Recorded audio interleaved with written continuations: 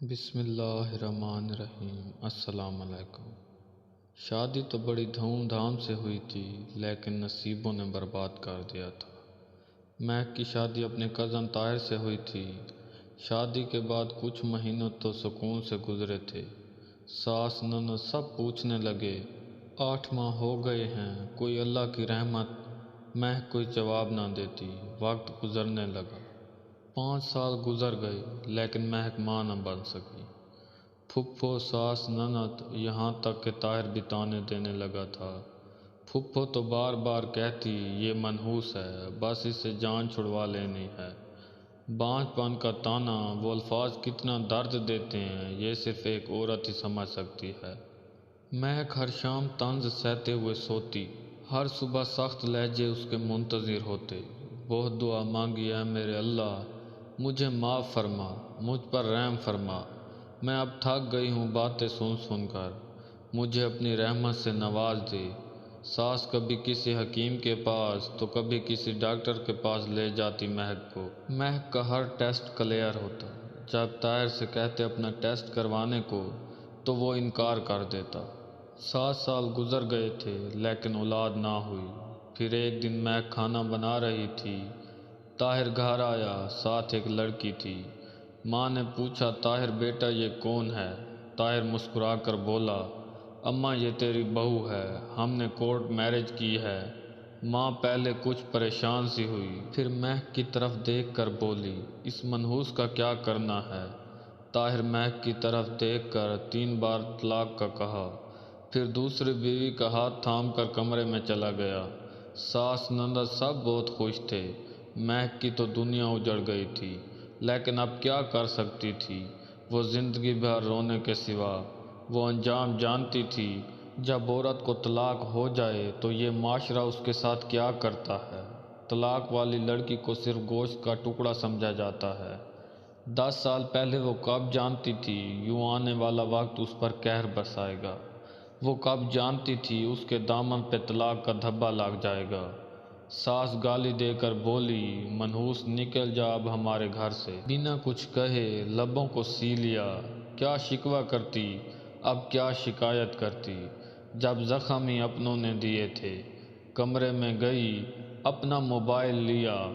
الماری میں کپڑے پڑے ہوئے تھے، کچھ ضرورت کا سامان تھا۔ طاہر کہتا تھا نئی موٹر بائیک لینی ہے۔ مہک نے پیسہ جمع کرتے کرتے 5 سال میں 70,000 روپے جمع کر لیے تھے اپنے خرچ میں سے۔ جاتے ہوئے طاہر کی طرف مسکرا کر دیکھنے لگی۔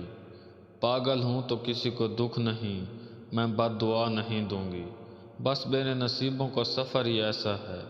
خوش رہو تم دونوں، اور ہاں یہ لو 70,000 روپے، کہتے تھے نہ بائیک لینی ہے، میری طرف سے تم کو شادی کا گفٹ ہے۔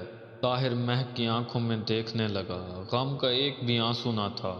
نہ جانے کیسا اتنا صبر کیے ہوئے تھی، یوں لگ رہا تھا جیسے کچھ ہوا ہی نہ ہو۔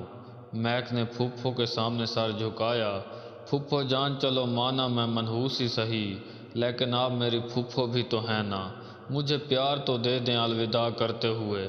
پھپھو نے منہ موڑ لیا، مسکرانے لگی، ہائے کیسی اتنی نفرت کر لیتے ہیں آپ لوگ۔ پیدل ہی گھر کی جانب چلنے لگی۔ جیسے ہی گھر سے قدم باہر رکھا، ضبط ٹوٹ گیا۔ آنکھوں سے آنسو کا طوفان بہنے لگا۔ سرخ آنکھیں، برباد زندگی، تڑپتا دل، بے بسی کی انتہا۔ 1000 شکوے شکایت لبوں پہ، کس سے کہتی، کس کو سناتی، کیا گزری اس پہ۔ رکشے میں بیٹھی امی ابو کے گھر آ گئی، مسکرا رہی تھی۔ امی سے ملی، بھابھی بھائی ابا سب گھر پر تھے، سب سے مسکراتے ہوئے ملی۔ امی نے پوچھا مہک خیر تو ہے، آج اس وقت اور اکیلی ہی آئی ہو؟ طاہر کہاں ہے؟ مسجد سے اذان کی آواز سنائی دینے لگی، ظہر کا وقت ہو گیا تھا۔ بنا کچھ بولے وضو کیا، نماز ادا کی۔ نماز کے بعد امی سے کہنے لگی امی بھوک بہت لگی ہے، کھانا ہی دے دیں۔ امی کچھ نہ سمجھ پا رہی تھی۔ مہک کو کھانا دیا، کھانا کھا کر کہنے لگی امی سو جاؤں کچھ دیر؟ ماں نے غصے سے پوچھا میرا دل گھبرا رہا ہے، مجھے سچی بات بتا مہک، کیا ہوا ہے؟ طاہر نے کچھ کہا ہے کیا؟ مہک چپ رہی۔ نہیں امی، کسی نے کچھ نہیں کہا، بس آپ سے ملنے آئی ہوں، کہو تو چلی جاؤں یہاں سے۔ ماں نے سینے سے لگایا۔ مہک تیری آنکھیں بتا رہی ہیں، کچھ تو بات ہے۔ میں ماں کے سینے لگی ہوئی مسکرانے لگی، آواز کانپنے لگی۔ امی، طاہر نے مجھے طلاق دے دی ہے بانجھ کہہ کر۔ امی کو یقین نہ ہو رہا تھا۔ یہ کیا کہہ رہی ہو میری بچی؟ مہک بولی۔ امی، بس ہو گئی طلاق، اب کوئی تماشا نہ کرنا کوئی بھی، بس جو ہونا تھا ہو گیا۔ مجھ پہ قیامت کا آنا ضروری تھا جو آ کر گزر گئی۔ اب پلیز اس سے پوچھنا، لڑنا جھگڑنا امی چھوڑیں بس، میں کسی سے کوئی شکایت نہیں کرتی۔ ماں تڑپنے لگی۔ مہک، کیا ہو گیا میری بچی تم کو؟ ہم ان لوگوں کو گربان پکڑیں گے، حق مہر کی بات کریں گے۔ مہک مسکرانے لگی۔ امی، میری زندگی کو روگ لگ گئے ہیں، آپ حق مہر کی بات کر رہی ہیں، کیا ہوگا؟ اس سے کوئی فرق پڑے گا کیا؟ 4 لوگ اکٹھے ہوں گے، میرا تماشا لگے گا۔ پولیس، کورٹ کچہری، گالم گلوچ، وہ لوگ بھی مجھے دیکھیں گے جن کو میری خبر تک نہیں۔ امی، اس نے مجھے چھوڑ دیا، میں خوش ہوں، بس آپ پلیز اس بارے کوئی بات نہ کرے۔ مہک کمرے میں جا کر آنکھیں بند کر کے لیٹ گئی۔ خیال آنے لگا، کیسے طاہر کی خدمت کی، اس کے پاؤں دباتی رہی، اس کو کھانا بنا کر دیا، کپڑے دھوئے، نہ سردی دیکھی نہ گرمی، اس گھر کو گھر بنانے میں مصروف رہی، کبھی بھوک بھی کاٹی، افلاس کے دن بھی دیکھے۔ میں ہر ممکن کوشش کرتی رہی میرا گھر آباد رہے، نہ جانے کتنے طعنے سنے، نہ جانے کتنے سخت لہجے برداشت کیے، بالآخر کیا ہوا؟ طلاق۔ یہ کیا ہے سب؟ باپ نے کہا ہماری بچی ہماری ہی مرضی سے شادی کرے گی، نہ پسند پوچھی، نہ دل کا حال بیان کرنے دیا، خود فیصلہ کیا اور مجھے خاموشی سے وداع کر دیا۔ جس سے نکاح ہوا اس نے میری نہ کوئی قربانی دیکھی، نہ میرا رات رات بھر جاگنا دیکھا، نہ میری چاہت کو سمجھا، بس مطلب کی نہ رہی تو چھوڑ دیا۔ ہم بیٹیاں کیا ہیں، آخر کبھی جہیز کے نام پہ ماری جاتی ہیں تو کبھی بے اولادی کے۔ اتنے میں اذان ہونے لگی۔ ساری رات سوچ میں گزر گئی، آنکھ سے ایک آنسو گال کو چھوتے ہوئے تکیے کو بھگو گیا۔ بالکل خاموش ہو چکی تھی۔ کہنے کو ایم اے پڑھی تھی، لیکن بیٹیوں کی تعلیم کسی جاہل مرد کے نکاح میں آنے سے ختم ہو جاتی ہے، کیونکہ معاشرہ کہتا ہے مرد اگر گالی بھی دے تو خاموش رہو، مرد تھپڑ بھی مار دے تو خاموش رہو، اور اگر مرد طلاق بھی دے تو بھی مجرم بن کر دامن پہ داغ لیے ہوئے خاموش رہو۔ وقت گزرنے لگا۔ مہک کی زندگی اندھیرے میں ڈوب چکی تھی، نہ کوئی خواہش باقی تھی، نہ کوئی چاہت، یوں کہہ لیں صرف سانسوں کا سفر جاری تھا اور موت کا انتظار۔ اب رنگین دنیا سے ڈرنے لگی تھی۔ اب کئی گھنٹے وہ تنہا بیٹھی نہ جانے کس سوچ میں گم رہتی۔ یادداشت کمزور ہو گئی۔ رات کو کیا کھایا تھا صبح تک بھول جاتی، کبھی کوئی چیز کہیں رکھ دی تو بھول گئی۔ جسے خود کی خبر نہ رہے وہ زندہ لاش ہوتا ہے، اور پھر کتنی آسانی سے کوئی کسی کو چھوڑ جاتا ہے۔ مہک طلاق کے بعد ایک پتھر سی بن گئی تھی۔ بھابھی لوگ اتنے طنز دیتی تھیں لیکن خاموش، بالکل خاموش رہتی۔ کیا فرق پڑتا ہے اب کوئی کچھ بھی کہے، جسے زندگی کی تمنا ختم ہو گئی تھی۔ بابا نے سوچا ہماری کہانی کب ختم ہو جائے خدا جانے، مہک کی دوبارہ شادی کر دیتے ہیں۔ لیکن مہک اب کی بار مر تو سکتی تھی لیکن شادی نہیں کر سکتی تھی۔ اسے اب ایک نفرت سی تھی اس رشتے سے۔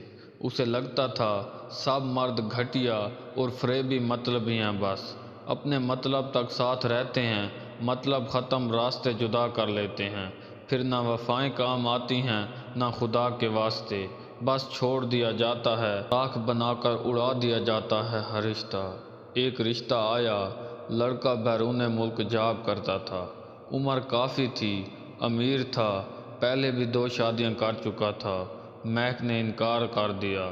کوئی 5 بچوں کا باپ تو کوئی 3 بار شادی شدہ، کبھی کوئی شرابی تو کبھی کوئی بوڑھا، اس طرح کے رشتے آنے لگے۔ اور ستم یہ بھی کہ فارس کی قلم لکھے بھی تو کیسی لڑکی بلا کی خوبصورت ہو، لڑکی جتنی بھی پاک صاف باحیا ہو، لڑکی کتنی بھی پڑھی لکھی ہو، بس طلاق کا دھبا لگ جائے تو میرے معاشرے میں جیسے وہ ایک طوائف سی بن جاتی ہے۔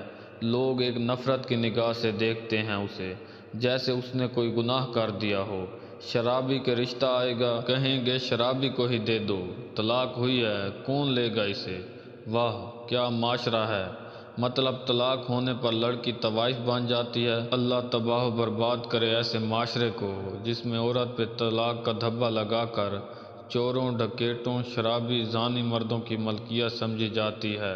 خیر مہک کے لیے کچھ ایسے رشتے آنے لگے، ہر بار انکار کر دیتی۔ بابا نے بہت سمجھایا، بیٹی ہماری بات مان لو، زندگی کا سفر تنہا نہیں گزارا جاتا، کل کو خدا جانے کیا سے کیا ہو جائے، لیکن مہک انکار کرتی رہی۔ ایک دن شادی کی وجہ سے امی ابو بھائی کے ساتھ بہت جھگڑا ہوا۔ مہک کا بھائی کہنے لگا لڑکا پولیس میں ہے، امیر بھی ہے، گھر اچھا ہے، اس سے کیا اعتراض ہے تم کو؟ مہک کی بات ضد تھی، شادی ہی نہیں کرنی۔ جب سب سو گئے تو نیند کی گولیاں کھا لیں، پھر جب حالت بگڑنے لگی تو رونے لگی اونچی آواز میں۔ بابا نے آواز سنی، کمرے میں آئے، مہک کی حالت غیر ہو چکی تھی، جلدی سے ہسپتال لے گئے۔ رات کے 12 بج رہے تھے۔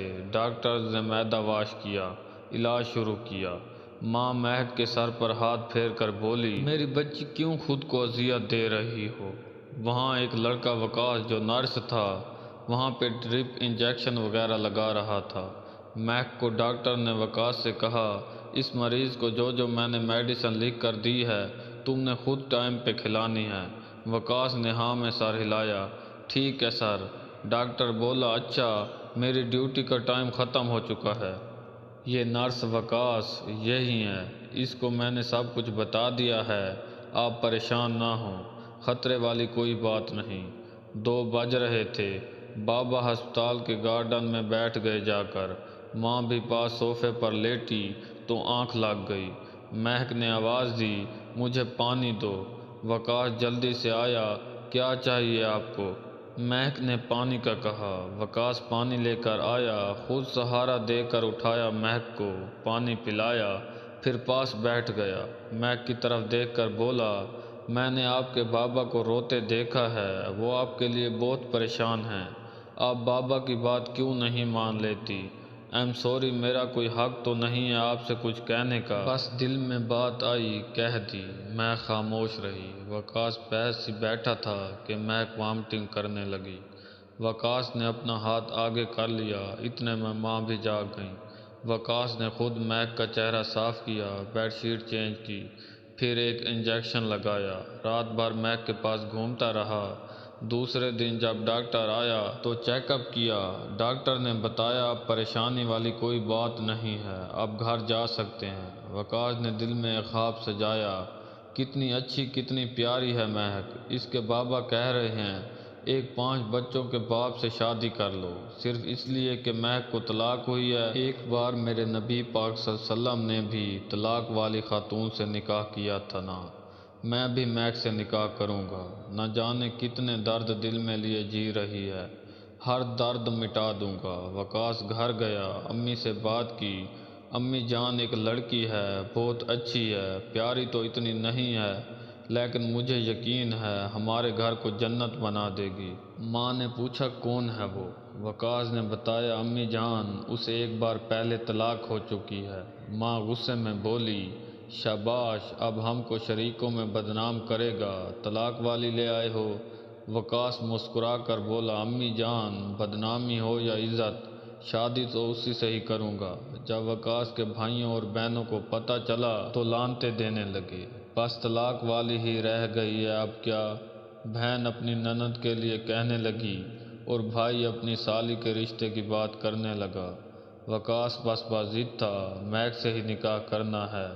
ماں نے کہا ٹھیک ہے کر لو، لیکن تمہارے بھائی کہہ رہے ہیں شادی کے بعد بیوی کو لے کر الگ رہنا، اگر وہ اتنی اچھی ہوتی تو اس کو طلاق کیوں ہوتی؟ وقاص راضی ہو گیا، ٹھیک ہے الگ رہوں گا، دوسرے دن وقاص اس کی بہن اور ماں مہک کے گھر گئے رشتے کی بات کرنے۔ سلام دعا کے بعد بات چیت شروع ہوئی۔ مہک کی ماں کہنے لگی، ہم کیا کریں، ہماری بیٹی نہیں مانتی۔ وقاص پیار سے بولا، آنٹی کیا میں ایک بار مہک سے بات کر لوں؟ ماں نے ہاں میں سر ہلایا۔ بیٹا کر لو بات، آگے نصیب کا کھیل۔ مہک بہت غصے میں تھی۔ جب وقاص کے سامنے دیکھا چپ ہو گئی۔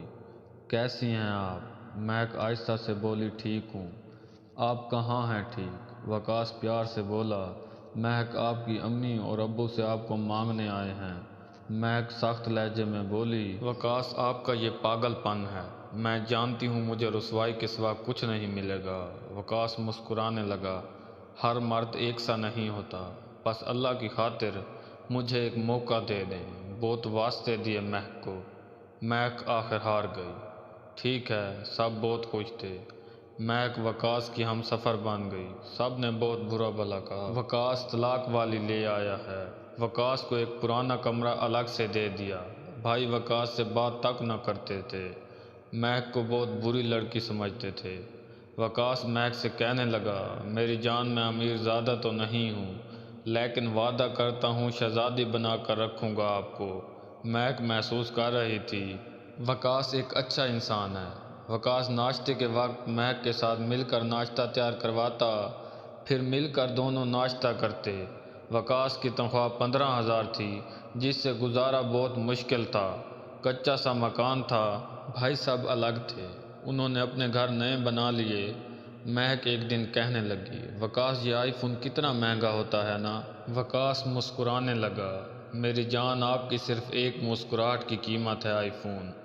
مہک کا برتھ ڈے تھا، وقاص کیک لے کر آیا، چھپا کر رکھ دیا۔